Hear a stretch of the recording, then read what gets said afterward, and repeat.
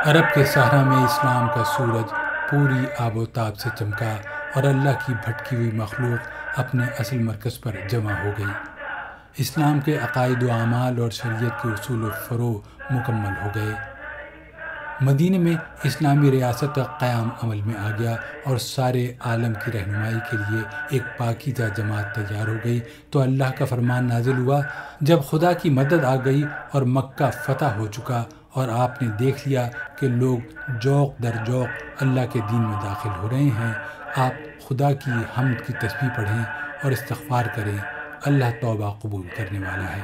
اس سورت کے نزول سے حضور اکرم صلی اللہ علیہ وسلم جان گئے تھے کہ رخصتی کا وقت آ گیا ہے، اس لیے ضروری تھا کہ شریعت اور اخلاق کے تمام اساسی اصول مجمع عام میں پیش کر دیے جائیں۔ ہجرت کے بعد ایک مدت گزر گئی، تقریباً 9 سال ہو چکے تھے، مگر آپ صلی اللہ علیہ وسلم نے فریضہ حج ادا نہیں فرمایا تھا۔ چنانچہ ذیقعدہ 10 ہجری میں اعلان ہوا کہ حضور اکرم صلی اللہ علیہ وسلم حج کے ارادے سے مکہ تشریف لے جا رہے ہیں۔ اس خبر کے عام ہوتے ہی تمام عرب آپ کے ساتھ حج کرنے کے لیے امڑ آیا۔ آپ صلی اللہ علیہ وسلم نے 26 ذیقعدہ کو غسل فرما کر احرام کی چادر اور تہمن باندھا۔ نماز ظہر کے بعد مدینہ منورہ سے روانگی ہوئی۔ تمام ازواج مطہرات ساتھ تھیں۔ مدینہ سے 6 میل کے فاصلے پر حلیفہ جو مدینہ منورہ کی میقات ہے، وہاں پہنچ کر شب بھر قیام فرمایا۔ اس کے بعد 2 نفل ادا فرمائے، احرام کی نیت فرمائی اور قصوہ اونٹنی پر سوار ہو کر بلند آواز میں تلبیہ پڑھی، اے اللہ ہم تیرے سامنے حاضر ہیں، اے اللہ تیرا کوئی شریک نہیں، ہم حاضر ہیں، تعریف اور نعمت سب تیری ہے اور سلطنت میں تیرا کوئی شریک نہیں۔ آپ صلی اللہ علیہ وسلم کے ساتھ تقریباً 1.25 لاکھ لوگ تھے۔ مکہ مکرمہ کے قریب صرف وادی فاطمہ میں پہنچ کر غسل فرمایا۔ دوسرے دن 4 ذی الحجہ صبح کے وقت مکہ معظمہ میں داخل ہوئے۔ مدینہ منورہ سے مکہ مکرمہ کا یہ سفر 9 دن میں طے ہوا۔ جب کعبہ شریف پر نظر پڑی تو فرمایا، یا اللہ اس گھر کی عزت و شرف کو دوبالا کر دے۔ پھر کعبہ شریف کا طواف کیا۔ پہلے 3 چکر رمل، گندہ ہلا کر اور اکڑ کر چلنا کے ساتھ اور باقی 4 چکر عام چال سے پورے فرمائے۔ طواف سے فارغ ہو کر مقام ابراہیم پر تشریف لائے اور یہ آیت پڑھی، اور مقام ابراہیم کو سجدہ گاہ بناؤ۔ یہاں 2 نفل ادا کیے۔ پہلی رکعت میں قل یا ایھا الکافرون اور دوسری میں قل ھو اللہ احد پڑھی۔ اس کے بعد سعی کے لیے صفا و مروہ تشریف لے گئے۔ 7 چکر ادا کرنے کے بعد اعلان فرمایا کہ جن کے پاس قربانی کے جانور ہیں وہ احرام نہ کھولیں، باقی لوگ حجامت بنوا کر احرام کھول دیں۔ حضرت علی رضی اللہ تعالی عنہ، جنہیں حضور اکرم صلی اللہ علیہ وسلم نے یمن سے قربانی کے اونٹ لانے کے لیے بھیجا تھا، وہ 100 اونٹ اور یمن کے حجاج کا قافلہ لے کر تشریف لائے۔ جمعرات 8 ذی الحجہ صبح سورج طلوع ہونے کے بعد آپ صلی اللہ علیہ وسلم مینا تشریف لے گئے، جہاں ظہر، عصر، مغرب، عشاء اور 9 ذی الحجہ کی فجر کی نماز ادا فرمائی۔ جمعے کے دن 9 ذی الحجہ مینا سے عرفات کو روانہ ہوئے۔ نمرہ میں کمبل کا ایک خیمہ نصب کیا گیا، وہاں قیام فرمایا۔ زوال کے وقت اونٹنی پر سوار ہو کر میدان عرفات میں تشریف لائے اور اونٹنی پر ہی خطبہ ارشاد فرمایا۔ یہ خطبہ تھا جو آپ صلی اللہ علیہ وسلم کی 23 سالہ مبلغانہ مساعی کا حاصل ہے۔ یہ خطبہ انفرادی اور اجتماعی سطح پر اصول اخلاقیات، ضوابط حسن معاشرت کا جامع دستور العمل اور عالمی انسانی منشور کی حیثیت رکھتا ہے۔ آپ صلی اللہ علیہ وسلم نے ارشاد فرمایا، سب تعریف اللہ کے لیے ہے، ہم اسی سے مدد مانگتے ہیں، اسی کی حمد و ثنا کرتے ہیں۔ اللہ کے سوا کوئی معبود نہیں، وہ یکتا ہے، کوئی اس کا شریک نہیں۔ جس کو اللہ ہدایت دے اس کو کوئی راہ سے بھٹکا نہیں سکتا، اور جس کو وہ گمراہ کر دے اسے کوئی ہدایت نہیں دے سکتا۔ لوگو میری بات غور سے سنو، کیا خبر اس سال کے بعد اس جگہ میری تمہاری ملاقات نہ ہو سکے۔ لوگو حج کے مسائل مجھ سے سیکھ لو، شاید اس کے بعد مجھے دوسرے حج کی نوبت نہ آئے۔ لوگو اللہ تعالیٰ کا ارشاد ہے کہ انسانوں، ہم نے تم سب کو ایک ہی مرد عورت سے پیدا کیا ہے، تمہیں جماعتوں اور قبیلوں میں اس لیے بانٹ دیا ہے کہ تم الگ پہچانے جاؤ۔ اللہ کی نظر میں سب سے زیادہ معزز اور مکرم وہی ہے جو اللہ سے سب سے زیادہ ڈرتا ہے۔ کسی عربی کو عجمی پر اور عجمی کو عربی پر فوقیت نہیں۔ نہ کالا گورے پر فضیلت رکھتا ہے اور نہ گورا کالے پر۔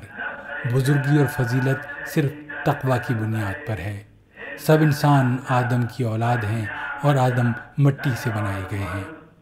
جاہلیت میں فضیلت اور برتری کے سارے دعوے میرے قدموں تلے ساقط ہو گئے ہیں۔ بس بیت اللہ کی تولیت اور حجاج کو پانی پلانے کی خدمات باقی رہیں گی۔ قتل عمد کا قصاص لیا جائے گا، اس کی دیت 100 اونٹ ہے۔ ہر قسم کا سود، اس کا لین دین آج سے ممنوع ہے۔ زمانے جاہلیت کے تمام سودی کاروبار اب باطل ہیں، اور جہاں تک عباس بن عبد المطلب کے سود کا تعلق ہے تو وہ تمام کا تمام ساقط ہے۔ زمانے جاہلیت کے تمام خون، بدلہ اور انتقام اب کل عدم ہیں، اور میں اپنے خاندان کے ربیہ بن حارث کا خون معاف کرتا ہوں۔ لوگوں، اب زمانہ گھوم پھر کر اسی جگہ آ گیا ہے جہاں سے کائنات کی پیدائش ہوئی تھی۔ مہینوں کی تعداد 12 اور 4 مہینے حرام ہیں، یعنی ذی قعد، ذی الحج، محرم اور رجب۔ حج قیامت تک اب ذی الحج کے مہینے کے ساتھ مخصوص رہے گا۔ لوگوں، تمہارے جان و مال کی عزت ایک دوسرے پر قطعاً حرام کر دیے گئے ہیں، اور یہ ایسے ہی محترم ہیں جیسے آج کا دن، آج کا مہینہ اور آج یہ مقام محترم ہے۔ کسی مسلمان کے لیے جائز نہیں کہ وہ دوسرے مسلمان کا خون حلال سمجھے۔ مسلمان وہی ہے جو اپنی زبان اور ہاتھ سے دوسرے مسلمان کو محفوظ رکھے، اور مجاہد وہ ہے جو اطاعت الہی کے خاطر نفس کشی کرے۔ خبردار، اگر کسی کے پاس امانت رکھوائی جائے تو وہ اس کو لوٹانے کا پابند ہے۔ ضامن ضمانت کا ذمہ دار ہے، اور مجرم اپنے جرم کا خود ذمہ دار ہے۔ نہ باپ کا بدلہ بیٹے سے اور نہ بیٹے کا بدلہ باپ سے لیا جائے گا۔ لوگوں، سارے مسلمان آپس میں بھائی ہیں، اپنے غلاموں کا خیال رکھو۔ ہاں، غلاموں کا خیال رکھو، جو خود کھاتے ہو وہ انہیں کھلاؤ، ایسا ہی پہناؤ جیسا خود پہنتے ہو۔ بچہ اسی کی طرف منسوب کیا جائے گا جس کے بستر پر وہ پیدا ہوا۔ جس پر حرام کاری ثابت ہوئی اس کی سزا پتھر ہے، اور اس کا حساب اللہ کے ذمے ہے۔ جو کوئی اپنا نسب بدلے گا یا کوئی غلام اپنے آقا کے مقابلے میں کسی اور کو اپنا آقا ظاہر کرے گا، اس پر اللہ کی، اس کے فرشتوں کی اور تمام انسانوں کی لعنت ہوگی، اور قیامت کے دن اس سے کوئی بدلہ یا کوئی معاوضہ قبول نہ کیا جائے گا۔ لوگوں، عورتوں کے بارے میں اللہ سے ڈرو اور ان کے ساتھ حسن سلوک کرو، کیونکہ وہ اللہ کے کلام کے تحت تم پر حلال کی گئیں۔ اگر وہ فرما برداری کریں تو ان پر کسی قسم کی زیادتی کا تمہیں کوئی حق نہیں۔ ان کا کھانا، کپڑا تمہارے ذمے ہے۔ عورت کے لیے یہ جائز نہیں کہ وہ اپنے شوہر کا مال اس کی اجازت کے بغیر کسی کو دے، یا کسی ایسے شخص کو تمہاری غیر موجودگی میں بلائے جسے تم پسند نہیں کرتے، یا بے حیائی اور بدکاری کے کام کرے۔ اگر وہ یہ سب کریں تو تم ان پر سختی کرو اور انہیں بستروں پر اکیلا چھوڑ دو۔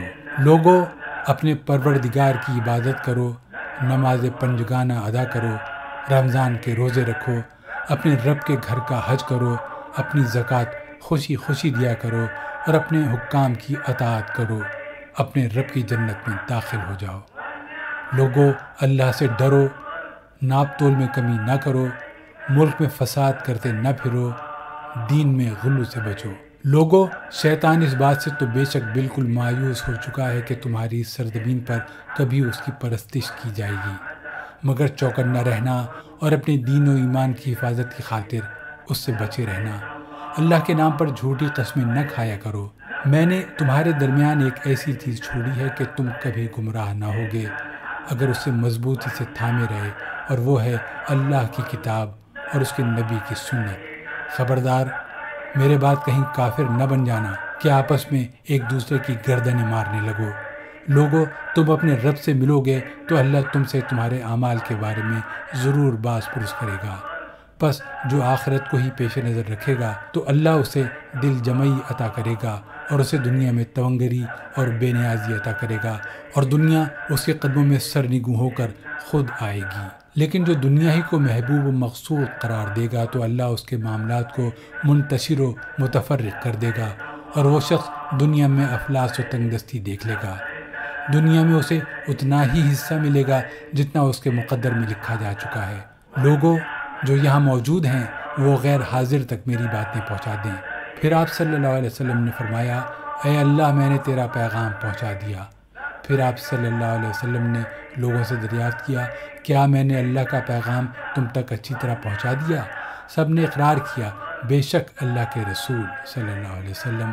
تب آپ صلی اللہ علیہ وسلم نے فرمایا، اے اللہ تو گواہ رہنا، یہ امن و سلامتی، تہذیب و معاشرت، حقوق انسانیت کا ایسا پیغام ہے جو اپنی جزیات کے اعتبار سے انتہائی مکمل اور جامع ہے۔ خطبے سے فارغ ہو کر حضرت بلال رضی اللہ تعالیٰ عنہ کو اذان کا حکم دیا، پھر ظہر اور عصر کی نماز ایک ساتھ ادا فرمائی، پھر موقف میں تشریف لائے اور دیر تک قبلہ رو کھڑے ہو کر دعا میں مصروف رہے۔ جب آفتاب ڈوبنے لگا تو چلنے کی تیاری فرمائی۔ اسامہ بن زید رضی اللہ تعالیٰ عنہ کو اونٹ پر پیچھے بٹھا لیا۔ مزدلفہ پہنچ کر مغرب اور عشاء کی نماز ادا فرمائی۔ رات آرام فرمانے کے بعد صبح نماز پڑھ کر سورج طلوع ہونے سے پہلے منا واپس تشریف لائے۔ اس وقت فضل بن عباس رضی اللہ تعالیٰ عنہ اونٹنی پر پیچھے بیٹھے تھے۔ وادی محشر میں ابن عباس کو حکم دیا کہ مجھے کنکریاں چن دیں۔ رمی سے فارغ ہو کر یدان منا تشریف لائے۔ سیدنا بلال ناقے کی مہار تھامے ہوئے تھے۔ آپ صلی اللہ علیہ وسلم نے 100 اونٹوں کی قربانی کی۔ 63 اونٹ آپ صلی اللہ علیہ وسلم نے اپنے دست مبارک سے نہر کیے اور 37 کی سیدنا حضرت رضی اللہ تعالیٰ عنہ نے قربانی کی۔ قربانی سے فارغ ہو کر سر مبارک معمر بن عبداللہ رضی اللہ تعالیٰ عنہ سے منڈوایا۔ فرط محبت سے ابو طلحہ اور ان کی بیوی ام سلیم کو اپنے دست مبارک سے کچھ بال عنایت فرمائے اور باقی ماندہ بال ابو طلحہ نے اپنے ہاتھ سے تمام مسلمانوں میں ایک ایک 2 کر کے تقسیم کر دیے۔ اس کے بعد آپ صلی اللہ علیہ وسلم نے طواف زیارت کیا، چاہے زمزم پر تشریف لائے۔ سیدنا عباس رضی اللہ تعالیٰ عنہ نے ڈول میں پانی نکال کر پیش کیا۔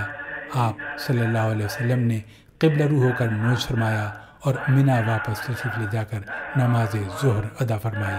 13 ذی الحج تک منا میں قیام فرمایا۔ زوال کے بعد منا سے چل کر وادی محسب میں قیام کیا، رات وہاں بسر فرمائی اور سحری کے وقت مکہ تشریف لائے۔ کعبہ شریف کا الوداعی طواف ادا فرمایا اور صبح نماز کے بعد مدینہ روانہ ہو گئے۔